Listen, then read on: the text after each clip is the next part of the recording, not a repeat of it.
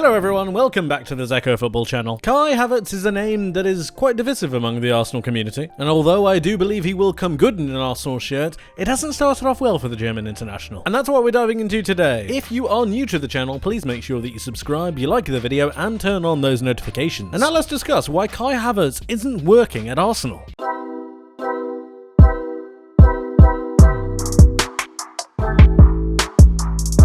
I think it's important to note before we get started that Granit Xhaka and Kai Havertz are two completely different players, and that is not a bad thing. But it does mean that it's going to take some time to really affect this Arsenal group. Granit Xhaka was an integral point of the way that Arsenal wanted to go forwards. The positions that he would pick up would really dictate the way that Arsenal want to go forwards, and it gave them a balance in midfield that I'm not sure Kai Havertz has really grasped yet. If we have a look at what Granit Xhaka did so well for Arsenal, this is a game that they had against Leeds. They won this game by 4-1, and really, I want to focus on Granit Xhaka's general average positions. This is his heat map. Now, aside from the fact that he got back quite a bit, he also maintained a good amount of pressure in the quadrant that I've just highlighted here. Now, what this is important about is it allows Martinelli to drift that little bit further forwards. Martinelli being the attacker, and then Granit Xhaka being able to drift backwards to be able to either play through balls or to make deep lying runs into the box. We have to remember that Granit Xhaka got 7 goals and 7 assists last season, which was huge for the way that Arsenal wanted to play and go forwards. It also gave a complementary balance to the way that Martin Odegaard wanted to play his game. Granit Xhaka was a little bit more defensive, but also found himself getting into the box. As well as this, we can also have a look at his game against Crystal Palace last year. This game actually finished 4-1 as well, and when we have a look at Granit Xhaka's heat map, it's again crucial to understand his average position, which is very close to Martinelli and Leandro Trossard at the time. But also, when we have a look at his heat map, we also understand that he's able to drop into that pocket yet again, holding the line and making sure that he's got availability for runs, but also to give Martinelli, and this is a crucial point, his space here. Now, just because he doesn't necessarily use it in this game, as we highlight Martinelli's position, he's still much wider than Granit Xhaka, and they're not necessarily occupying the same position. However, if we contrast this with the way that Granit Xhaka played, and we have a look at this, because it's completely different to the way that Kai Havertz plays, although they're trying to play the same role, I believe. So this is the average positions, and here they are. We have Kai Havertz in this left attacking mid role, obviously trying to counterbalance Martin Odegaard and just be further ahead of Declan Rice, who is the main central defensive midfielder. Martinelli is a little bit further infield than I'm sure he would like, because he'd want to be on the further channel. But if we have a look at where Kai Havertz actually occupies his space, it's number one a little bit further forwards, especially in these areas, but it's further towards the left, and it's really encapsulating where Martinelli is playing. If I highlight Martinelli's positioning now, this is where Martinelli was playing, and they really did start to overlap each other. Now, this is a problem for 2 reasons. Number one, it's because he can't necessarily occupy Martinelli's space, because that means that Martinelli can't do what he does best. He can't drive towards the byline, he can't come in field, because both players are being marked by essentially the same player. It makes it easier for the opposition to understand where both players are. The second thing that it really takes away from this Arsenal game is the Kai Havertz, or I should say Granit Xhaka, runs from deep. Granit Xhaka was absolutely fantastic about picking up pockets of space and understanding when to go forwards and when to find these options into the box. But the problem with Kai Havertz is he's getting forward a little bit too quickly almost. He's not giving himself the time to be able to analyse the situation and then make that run once everything is ready. And it means that he's either marked too early or isn't picking up the correct pockets of space to be able to get the best out of Gabriel Martinelli. And it is becoming a bit of an issue. Let's have a look at them on the pitch as well. I've collated a few images to be able to highlight to you what I'm talking about. This is Martin Odegaard on the ball currently, and as you can see, Arsenal are on the attack. This is against Nottingham Forest in their first game of the season. Eddie Nketiah is making a run round to try and bring the centre-back away. But what I want to focus on here, actually, is Kai Havertz. You can see Kai Havertz right here on your screen, and he's currently engaging the Nottingham Forest centre-back, and this is bad for two reasons. Number one, necessarily Kai Havertz wants to be positioned around here so that he can make a deep lying run into the box. And if he doesn't do that and he already engages with the centre-back, it just does half of the centre-back's job for him. It means that he's not necessarily able to spin round in behind, he can't get the jump on him, but also the momentum you get from running from deep is just completely mitigated. And essentially, the centre-back has a much easier job of marking this player without really needing to do all too much. It eliminates a pass for Odegaard to be able to play because he's not able to really get it through the lines. Yes, he has a pass here, but really, ideally, you'd want to clip that ball over the top and have a player like Kai Havertz running through the pitch, or at the very least, giving an option for Martinelli to be able to drift through in behind as well. Engaging with the centre-back is just not a good idea. Let's have a look and move forwards, because there isn't only bad things to say about Kai Havertz. Like I said at the beginning, they are completely different players and they do have different assets and values to their game.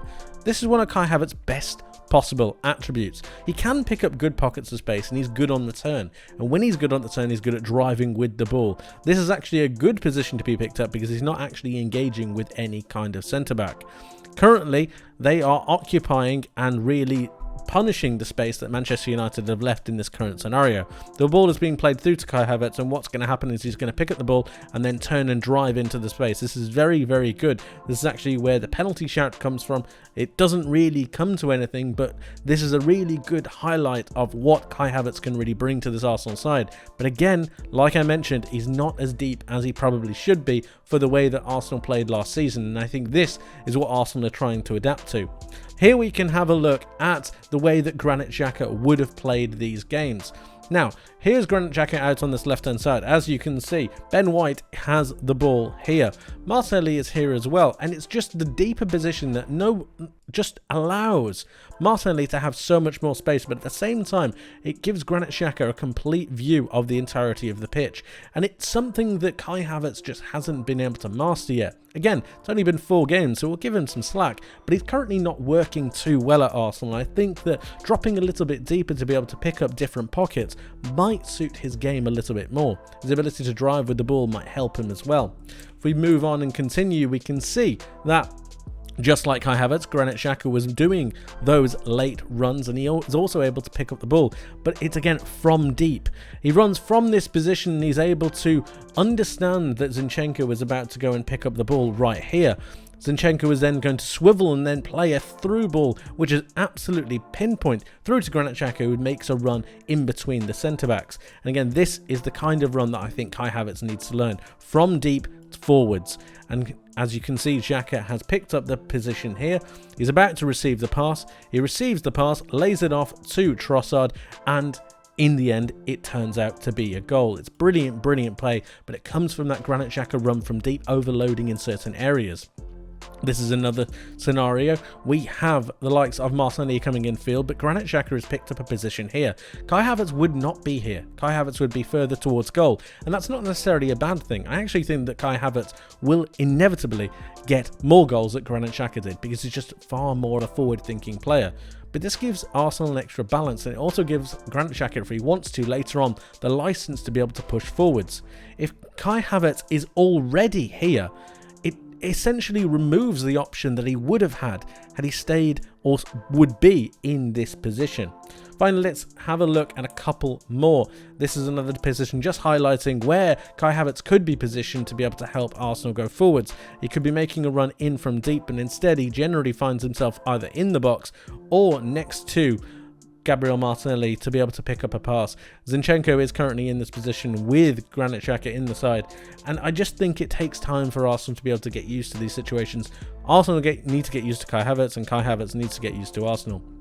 And finally, this is one of the last moves that I want to show you. Martin Odegaard is picking up the ball. Here you can't quite see him, but you can see Granit Xhaka, who is asking and begging for the ball. The pass is going to be lofted over to Granit Xhaka's head, and it's, again, a run from deep. Yes, he's a little bit further forward, but he's not engaging with any centre-backs. The centre-back might be having a look at him here, but he's not engaging, and he's actually going to run off the back of Christensen. And it just means that Granit Xhaka is able to get his head to it because he's made that run from deep two forwards, and it just works perfectly. This is something that I believe Arsenal need to get into Havertz, and it's something that if he gets a grip of it and he understands the timing to run from deep, Arsenal will become even more of a threat, because I believe that Havertz is more clinical and has more of an attacking edge than Granit Xhaka does. Just some of these, but if you contrast this, running in from deep, having possession, having that pace, having that power, having that momentum going into the box,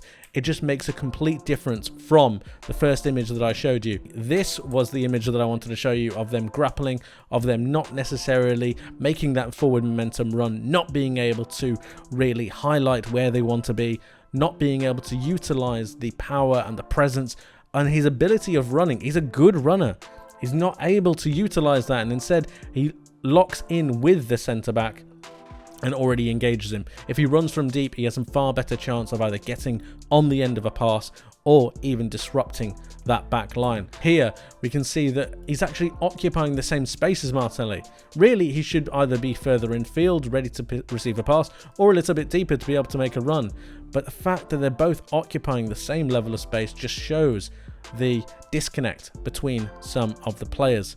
And actually this formation, yes, it might have come from a different set piece or whatnot, but really this needs to be ironed out a little bit further. They can't be occupying the same level of space because it's far too easy for the centre-backs to mark. Just a few things to note on the differences between Kai Havertz and Granit Xhaka. I do believe he will come good, and I do believe he will score more goals than Xhaka. It's just going to take some time, and at the moment it's not quite working. So is there a fix to this? Well, yes, I do believe that Kai Havertz will work out at Arsenal. I just think it's going to take some time for him to understand the position and then also understand the positioning of his fellow teammates. When we think about the way that Arsenal want to go forwards, these two attacking eights are incredibly important. This right attacking mid and this left attacking mid are arguably the most important pieces of this Arsenal attack, and in losing one in Granit Xhaka, it has actually regressed them to quite a degree. They no longer have that midfield balance out on this left hand side. Instead, they have a player who is trying to look for space but in more forward areas. This means that there is a space out in this left hand channel that is not necessarily being occupied.